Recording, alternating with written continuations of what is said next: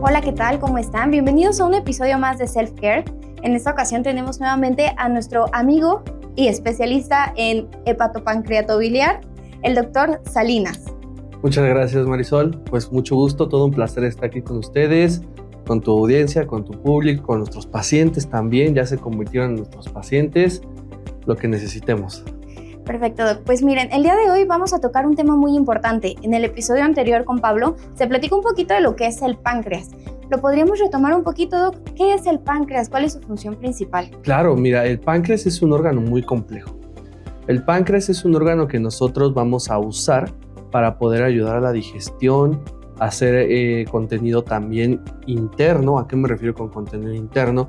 Por ejemplo, nosotros vamos a usar el páncreas para generar insulina, generar una hormona que se conoce como somatostatina, glucagón, etc. Son hormonas que al fin y al cabo nos van a ayudar a mantener un metabolismo y un equilibrio en nuestro cuerpo, ¿de acuerdo? O sea, a tal grado que si nosotros pudiéramos no llegar a tener este órgano, nosotros no podríamos vivir.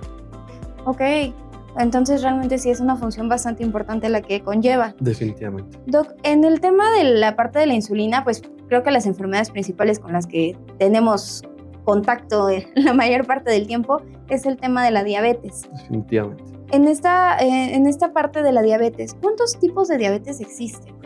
Mira, realmente existen, o se tiende a saber que son de 5 tipos, ¿no? O sea, tipo 1, tipo 2, tipo 3, tipo 4 y tipo 5, pero realmente va o varía dependiendo de la causa de la diabetes, más que otra cosa. Digo, diabetes tipo 1 se conoce como diabetes juvenil, diabetes tipo 5 se conocen como los MODIs, que ya son como tipos más específicos de diabetes que cada vez son pues más raros al fin y al cabo, ¿no? Lo más común y lo que siempre el médico va a estar en contacto va a ser la diabetes tipo 2, que es la más común. Es el paciente que no se cuidó durante su juventud, durante su adultez joven, no se cuidó, tomó mucho azúcar, tomó mucha coquita, tomó mucho azúcar, cuestiones como dulces, cosas que lleven mucho azúcar y al final al cabo llevó a una diabetes, ¿de acuerdo? A que el páncreas trabajara tantas veces que disminuyera la producción de insulina. Y en algunas ocasiones, en algunas ocasiones la diabetes tipo 1, esta sí va por nacimiento, ¿vale? Ok. Sí, he visto en algunas ocasiones a algunos pequeñitos que les ponen el pequeño parchecito, que es el que tiene la liberación de insulina de manera prolongada, ¿no? Sí. Esos pequeños parchecitos, ¿cuánto tiempo dura ese insulina? Ok, mira, Depende mucho la marca que se vaya a poner, dependiendo mucho también cuánta insulina tienen que estar liberando. O sea, realmente lo que tiene que estar es cargándose también ese parchecito. Lo que se hace es que se compran, se colocan y se van ajustando dependiendo de las necesidades que tengan principalmente los pacientes. Entonces, si el paciente va a requerir, por poner un ejemplo, 5 unidades de insulina, el parche tiene que estar liberando y hay algunos pacientes que van a requerir 20 unidades de insulina, ¿no? Entonces también depende de esto, si el parche va a durar más en los pacientes que se use menos insulina y va a durar menos en los pacientes que se usa más insulina, ¿de acuerdo? Okay. También hay algunos parches que no son parches, pero más o menos tienen esta función que nos ayudan también a medir el azúcar. O sea, son parchecitos que se colocan y al mismo tiempo nos van diciendo el paciente tiene presencia de 300 o alertan al celular, ¿no? O sea, llegan alertas al teléfono, así un timbrecito que nos dice, ya sabes qué, ya llegó, se elevó el azúcar a más tanto y el mismo parche de insulina libera insulina. O sea, ya prácticamente esto ya es autónomo, ya no hay necesidad de estar como controlando. Sí, claro que anteriormente o todavía se sigue haciendo las tomas de glucosa ya de manera manual, ¿no? Que el piquetito en el dedo, el gotita de sangre y lo checas en el glucómetro. Exacto. Esto sería más práctico para este tipo de pacientes. Definitivamente, esto evita que el paciente esté todo el tiempo picándose el dedito y que esté checándose justamente, porque luego son adultos mayores donde se tiende a olvidarse o no hay quien les tome la toma de glucosa o ya se acabaron las tiras o cualquier cuestión de esta. Para evitar esto son este tipo de instrumentos nuevos. Ok, perfecto. ¿Y por qué se enferma el páncreas? Ok, mira, realmente el páncreas se enferma por muchísimas cuestiones. Puede ser por una infección, que se enferme el páncreas por una infección. Puede ser por una inflamación secundaria, alguna piedra que esté de la vesícula que haya salido. Puede ser por cuestiones autoinmunes, por ejemplo, las enfermedades autoinmunes en nuestros pacientes. Puede ser por alcohol, se inflama por alcohol el páncreas. Puede ser por triglicéridos o en algunas ocasiones y en porcentajes muy pequeños, hasta el médico no encuentra una causa evidente. Eso se conoce como pancreatitis de origen idiopático. Ok, cuando no hay una razón aparente. Exacto. Son idiopáticos. Idiopáticos. Ok, realmente no había escuchado el término como tal, Sí. pero es bueno también tener esa Sí, noción. Exacto, ese conocimiento. Ok, doc. Y mire, por ejemplo, cuando mencionan esta parte de que los pacientes son prediabéticos, ¿realmente son prediabéticos? Ok, mira, la prediabetes se conoce como ese estado donde se eleva el azúcar o la glucosa en sangre está elevada, pero todavía no existe un diagnóstico como tal de diabetes. ¿Sí me explico? O sea, realmente el paciente podría ser ya diabético, pero se considera prediabético o se le llama prediabético porque no hay un diagnóstico todavía establecido por algún médico, ¿de acuerdo? Entonces el médico todavía no ha hecho pruebas de hemoglobinas glicosiladas, pruebas de intolerancia a la glucosa para saber si realmente nuestro paciente es diabético. Entonces se considera como prediabético y en algunas ocasiones este tipo de pacientes tienden a manejarlos con solamente medidas higiénico-dietéticas, o sea, dieta. Como que, pues no comer azúcar, no comer panes de dulce, panes blancos, o sea, todas estas cuestiones que llegan a tener muchos carbohidratos. Y hacer actividad física. La actividad física es una parte importantísima para prevenir el riesgo de diabetes, ¿de acuerdo? Y más, Sol, si hay, por ejemplo, diabetes en la familia. Se considera que si tu familiar directo, en este caso tu madre, tiene o tuvo diabetes, tú tienes el 50% de probabilidad de presentar diabetes solo porque la madre presentó diabetes. Ok, eso de manera independiente si es diabetes gestacional o si es una diabetes ya ocasionada por antecedentes, ¿no? Es más por una diabetes ocasionada por antecedentes. Por ejemplo, una diabetes que haya sido secundaria por mala alimentación de la madre o que haya venido desde la abuela a veces, en algunas ocasiones desde la abuela ya es diabética, la mamá es diabética, entonces hay una alta probabilidad que si no se cuida nuestro paciente pueda ser diabético. Pero, por ejemplo, si la abuelita es diabética, pero mamá y papá no, ahí ya está disminuyendo el riesgo, ¿no? Exactamente, ya disminuye el riesgo. Por ejemplo, si el papá es diabético, este ejemplo que te puse es de la madre. Pero, por ejemplo, si el papá es diabético, puede llegar a haber presencia del 25% de la probabilidad de ser diabético. Ok, ¿realmente hay mayor porcentaje de probabilidad cuando la mamá es diabética o cuando el papá es diabético? Cuando la mamá. Cuando la mamá, definitivamente cuando la mamá es diabética. Ok, doc. ¿La resistencia a la insulina, doc, es lo mismo que la prediabetes? No. La resistencia a la insulina como tal nos está diciendo que hay una menor producción de insulina, por lo tanto el cuerpo empieza a presentar niveles altos de glucosa, ¿de acuerdo? Okay. Ahora, esa resistencia a la insulina clínicamente tiene manifestaciones, ¿de acuerdo? Nuestro paciente va a presentar algo que se conoce como acantosis nigricans. ¿Qué es esto? La acantosis nigricans es una coloración negra que se ve en el cuello. En algunos pacientes, principalmente obesos con sobrepeso, tiende a observarse unas líneas negras en el cuello. De hecho, puede llegar a confundirse a veces hasta con falta de higiene o alguna otra cuestión similar, pero no. Simplemente son estos depósitos de melanina, de este pigmento que tiene la piel, secundario a la resistencia a la insulina. Ok, ¿solamente sería esa parte en evidencia física? A veces en los pliegues, por ejemplo, en pliegues de codos o pliegues de piernas. Ok, eso ya sería de resistencia a la insulina. Exactamente. Pero es una antesala de la diabetes. Definitivamente es una antesala. Si nosotros no cuidamos o no tratamos esta resistencia a la insulina, nuestro paciente sí o sí va a terminar en diabetes. Ok. Y mencionaba también que el páncreas se enferma por la parte de las enfermedades autoinmunes. ¿Qué enfermedades autoinmunes son las que nos llegan a afectar al páncreas? Ok, ahí depende. Por ejemplo, nuestro paciente pudiera llegar a tener alguna enfermedad como lupus o alguna enfermedad como artritis o alguna otras enfermedades que ya son como que no tienen nada que ver con algún factor de nuestro paciente. Eso es lo que puede llegar a desencadenar que nuestro páncreas esté inflamando, ¿de acuerdo? Ahora, ¿existe una enfermedad directamente en el páncreas que hace que se inflame el páncreas de manera autoinmune. O sea, eso quiere decir, autoinmune quiere decir que el mismo cuerpo ataca al cuerpo, ¿de acuerdo? Okay. O sea, el mismo cuerpo genera anticuerpos y eso genera que el páncreas se empiece a inflamar de manera sola. Y esto puede estar o no puede estar relacionado a nada. ¿Y esto de qué depende? También de la genética de nuestro paciente.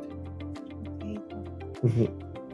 La parte de la pancreatitis, sí, es la inflamación como tal del páncreas. Exacto. Es cuando se llega a los mismos anticuerpos empiezan a atacar el páncreas. Mencionaba en el capítulo anterior que cuando llega a estar una piedrita de la vesícula, se llega a ir al conducto y se empieza a inflamar el páncreas, también podía tener temas en la parte del hígado. Sí, al fin y al cabo está obstruido el conducto. Eso condiciona lo que nosotros conocemos como estasis biliar, o sea, la bilis ya no baja. O sea, el hígado sigue produciendo bilis de manera habitual, no detiene su producción. Entonces eso genera que la bilis se vaya estancando en el conducto hasta el grado que llegue ese estancamiento a nivel del hígado y eso condicione que el hígado se esté inflamando hasta tal grado que el hígado puede llegar a crecer más de su tamaño de lo habitual y esto podría tener múltiples consecuencias, claro está. ¿Y esa pancreatitis, cuando llega a ese grado de inflamación, puede ocasionarse un cáncer o es de manera independiente? Mira, no, como tal, por una piedra no podía llegar a dar cáncer, pero esa inflamación constante del páncreas sí podía llegar a desencadenar que hubiera cáncer. Y esto pues es secundario a que tanta inflamación y después que se desinflame, inflamación y que se desinflame, podía llegar a ocasionar esto. Ok. ¿Qué riesgos tiene como tal el páncreas se inflame, que se enferme? Ok. El principal riesgo es que es una enfermedad que no tiene un tratamiento directo. ¿A qué me refiero? No tenemos nosotros un medicamento que diga, este medicamento va a desinflamar el páncreas. El páncreas tenemos que dejar que desinflame solo. El tratamiento, con esto te digo todo, el tratamiento es que el paciente esté en ayuno, o sea, no darle de comer absolutamente nada y analgésicos. Ese es el tratamiento. Aparte de soluciones por la vena. Porque que si inflama el páncreas condiciona que nuestro paciente también se esté deshidratando, ¿de acuerdo? Y esto es normal, eso es por parte de la enfermedad. Esa deshidratación, pues obviamente nosotros la tenemos que revertir pasándole líquidos a nuestro paciente por la vena y porque recuerda que nuestro paciente está en ayuno, no está comiendo, entonces tenemos que pasarle líquidos por la vena. Sumado a esto, analgésicos que van a ayudar a que no tenga dolor porque la inflamación del páncreas duele muchísimo, de hecho es uno de las enfermedades que más duele. Y ayuno. Con esto, este reposo pancreático, nuestro paciente va a estar muy bien. Ok, Doc. Adicional a esto, en la parte del cáncer de páncreas, ¿cómo podríamos detectar ese cáncer de páncreas? ¿Cuáles serían como los síntomas principales? Ok, mira, en el caso del cáncer de páncreas es muy difícil identificarlo de manera temprana. Al menos que se encuentre en una zona donde obstruya algún conducto que nos genere síntomas. Con esto me quiero referir a que el páncreas no genera síntomas específicos. Son síntomas generales. Dolor en la boca del estómago, lo que se conoce como dolor en el epigastrio. Y el dolor se irradia o se va en hemicinturón. Entonces eso quiere decir que se va en forma de hemicinturón, exacto, hacia la espalda. Entonces se va en hemicinturón hacia la espalda, se acompaña el dolor de vómito, se acompaña el dolor de náusea y en algunas ocasiones de tinte amarillo en el paciente. El paciente se empieza a poner amarillo, principalmente los ojos, después de ahí se va el cuerpo y ya después de ahí el paciente empieza a orinar muy oscuro, ¿de acuerdo? Y ya ahí nos habla de un tema ya más complejo de esta parte. O sea, realmente uno de nuestros indicadores principales es la coloración del paciente. Exacto, principalmente. Y ya cuando el cáncer de páncreas está avanzado, puede llegar a haber pérdida de peso. El paciente te refiere, en un mes, doctor, perdí 20 kilos. Eso ya es muchísimo, entonces eso ya es un dato de alarma de que no hay algo bien. Sí, claro. ¿Y cómo podríamos llegar a ese diagnóstico? Ok, el principal diagnóstico para una pancreatitis, yo siempre menciono, es clínico. O sea, el médico tiene que evaluar a su paciente, hacer algunas maniobras con la finalidad de orientarse el diagnóstico. Okay. Sin embargo, el diagnóstico definitivo nos los va a otorgar los laboratorios, o sea, que tengamos nosotros unas pruebas específicas en estudios de sangre que nos indiquen que hay presencia de enzimas pancreáticas elevadas, enzimas hepáticas alteradas y a su vez en conjunto, con una tomografía. Una tomografía de abdomen nos va a decir si hay presencia de qué grado de inflamación. De hecho, nosotros como médicos tenemos una escala que vamos a ver en una tomografía para ver si hay presencia de pancreatitis y qué grado de pancreatitis hay. Ok, entonces en este caso sí es más viable una tomografía que un ultrasonido. En este caso sí, completamente. Te voy a decir por qué. El ultrasonido solamente sirve para órganos, hablando del abdomen, intraabdominales. Pero como el páncreas no es un órgano intraabdominal, sino que es un órgano que se encuentra en algo que nosotros conocemos como retroperitoneo, o sea, detrás del abdomen, no alcanzamos a observar. Prácticamente aquí por encimita, por así decirlo. Está atrás, totalmente. Lo tenemos aquí, pero en la parte posterior. Okay. Entonces no podemos verlo con el ultrasonido, no alcanzamos. Se alcanza a ver en algunas ocasiones, okay, pero cuando se tienen muchísimas dudas, mejor una tomografía. Ok, y realmente no hay un tratamiento específico como tal, ¿verdad? De acuerdo a lo que me estaba comentando. Sí, no existe. O sea, el tratamiento de la pancreatitis es esperar a que desinflame. Es por eso que la pancreatitis puede llegar a complicarse muy rápidamente. O sea, en algunas ocasiones podemos llegar a nuestro paciente ingrese un día con una pancreatitis leve y en 48 horas ya se complicó a severa, y en 48 horas ya está en algo que se llama necrótico hemorrágica, o sea que ya es como lo más grave de la pancreatitis, en donde amerita ya procedimiento quirúrgico de retirar tejido pancreático. Se empieza a poner, se necrosa, o sea, deja de funcionar. Exacto. Esa parte del tejido, se muere, por así decirlo, y hay que quitarlo, porque tejido que está muerto se corre más riesgo de que se infecte. Ok, y es cuando pasan estas famosas sepsis, ¿no? Exactamente, estas famosas sepsis, y que nuestro paciente pues corre el riesgo de morir. Aparte de estas enfermedades comunes, la pancreatitis, ¿hay alguna otra que sea como muy extraña, que sea muy rara que se presente? Sí, mira, de hecho, la pancreatitis nosotros la podemos llegar a presentar o ver en nuestros pacientes de manera aguda, que es lo más común, que lo que todos vemos, así, tuvo nuestro paciente una piedra, salió de la vesícula, se atoró y le dio pancreatitis, es lo más común. De ahí lo que sigue es por alcohol, alto consumo de alcohol puede llegar a generar pancreatitis, que nuestro páncreas se inflame. Y de hecho está estipulado que es la segunda causa de pancreatitis, el consumo de alcohol, ¿de acuerdo? A veces, en algunas ocasiones, hasta llegar a superar por piedras, ¿de acuerdo? Pero esto es de manera aguda. Y de manera crónica se puede llegar a también presentar pancreatitis. Esto se conoce como pancreatitis crónica. Eso quiere decir que nuestro paciente tiene episodios recurrentes de pancreatitis. En algún momento el paciente puede llegar a presentar dolor, inflamación, todos los síntomas que mencionamos ceden y después en un mes más o 2 meses más vuelven a presentar los mismos síntomas, ¿de acuerdo? Eso se conoce como pancreatitis crónica y las pancreatitis crónicas pudieran llegar a desencadenar más riesgo de presentar cáncer, que es lo que te platicábamos hace un momento. Entre más se inflama el páncreas, más riesgo de poder llegar a presentar cáncer. Ahora, existen algunas complicaciones por las pancreatitis en sí. Se inflama el páncreas, está mucho tiempo inflamado y eso al momento de desinflamarse puede llegar a generar quistes.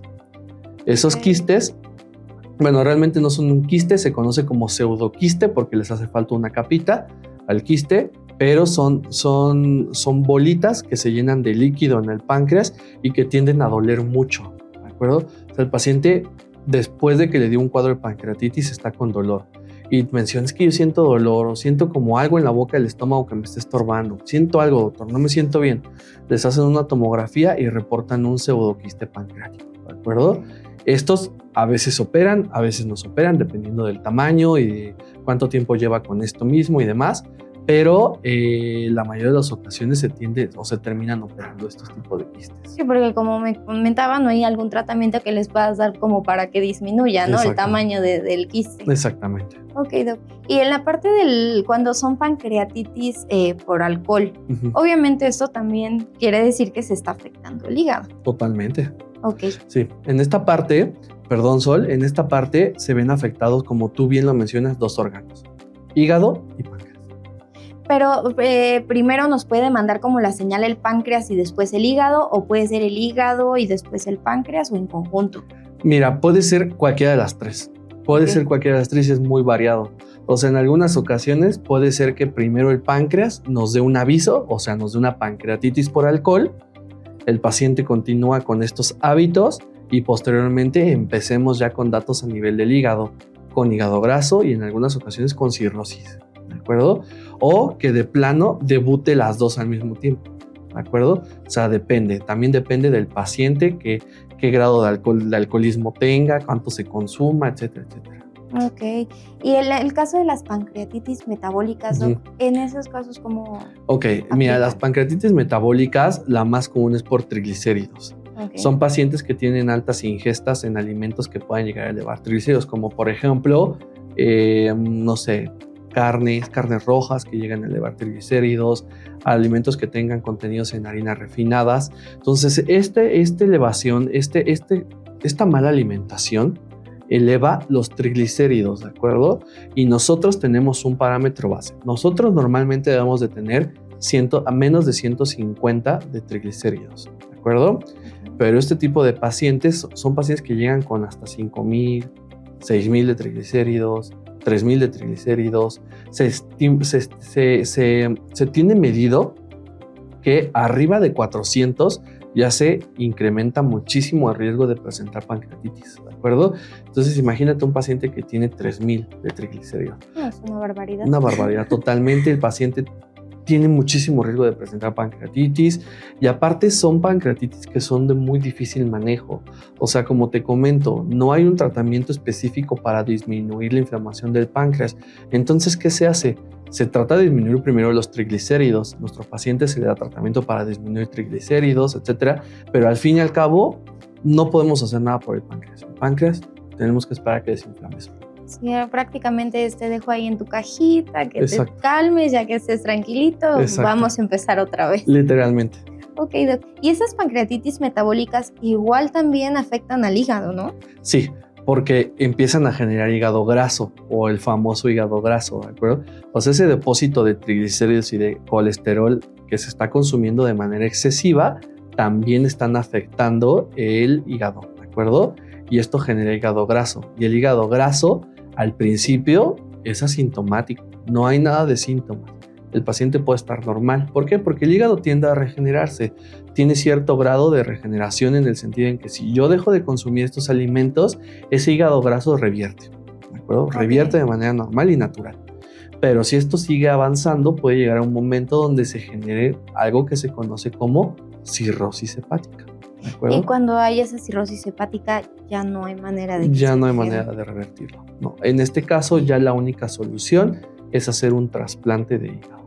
Y en ese caso de los trasplantes, ¿todos son candidatos o hay algunas condicionantes? Okay. ¿Cómo aplicaría en esos casos? Mira, a diferencia de un trasplante de riñón que se tienen que hacer muchísimas pruebas cruzadas y demás para ver quién es el donador adecuado y demás, en el caso del hígado no es necesario hacer tantas pruebas. O sea, se hacen unas pruebas básicas, sin embargo no es tan necesario esa parte, ¿de acuerdo? Pero hay que evaluar al paciente. No todos son candidatos a un trasplante hepático. Más que nada, tenemos que tener este grado de exigencia porque no hay tantos donadores, ¿de acuerdo? O sea, no hay tanta cultura de donación de órganos de hígado. Es muy complejo encontrarlos. Más que nada porque no solamente se enferman por la parte de la alimentación, ¿no? Sino también hay enfermedades virales que afectan el hígado, hasta donde tengo entendido. Sí. Eso es lo que complica mucho la parte de que haya personas que trasplanten hígado, ¿no? Exacto, sí, digo, porque al fin y al cabo podemos llegar nosotros, estas infecciones se conocen como hepatitis y le ponemos el apellido de A, B, C o D, dependiendo del virus que nos esté pegando. Pero sí, obviamente esto va a afectar muchísimo al tratamiento y al pronóstico que va a tener nuestro paciente también. Ok, no. Bueno, pues realmente esa parte de la cirrosis sí afecta muchísimo a la parte del hígado del paciente. Sí, definitivamente. Y aparte de eso de la cirrosis, ¿hay alguna otra consecuencia después de la cirrosis para el organismo? Sí, mira, o sea, de plano ya, o sea, tener un órgano como es el hígado ya con cirrosis, eso quiere decir que el hígado ya no está funcionando. Entonces el hígado empieza a afectar otros órganos, primero empieza a afectar el tubo digestivo y ya posteriormente empieza a afectar hasta el cerebro, ¿de acuerdo? Empieza a haber migración ya como tal de desechos a nivel del hígado, del hígado a nivel del cerebro, y esto puede llegar a condicionar algo que se conoce como encefalopatía hepática. O sea, nuestro paciente ya tiene depósitos de desechos del hígado en el cerebro. Entonces condiciona que nuestro paciente pueda llegar a delirar, etcétera, etcétera. Prácticamente las toxinas del hígado empiezan a recorrer todo tu cuerpo y se van a la cabeza, ¿no? Totalmente así. Ok, Doc. No, pues sí está bastante complicada la situación con el hígado. Sí, la verdad es una enfermedad un poco compleja. Ay, Doc. Bueno, pues les pido nuevamente que nos ayuden a seguirnos en todas nuestras redes sociales. El tiempo se nos fue rapidísimo con el doctor Salinas. Doc, si nos puede ayudar compartiéndonos sus redes sociales. Claro, Cristian Salinas en Instagram y Cristian Salinas también en Facebook. Ok, perfecto. Pues esperamos poderlo tener nuevamente por acá, claro, con a lo mejor extendiendo un poquito más el tema del hígado y claro esas enfermedades virales que suenan bastante interesantes. Claro que sí, Chicos, por favor, si nos ayudan a suscribirse y activar la campanita. Muchas gracias.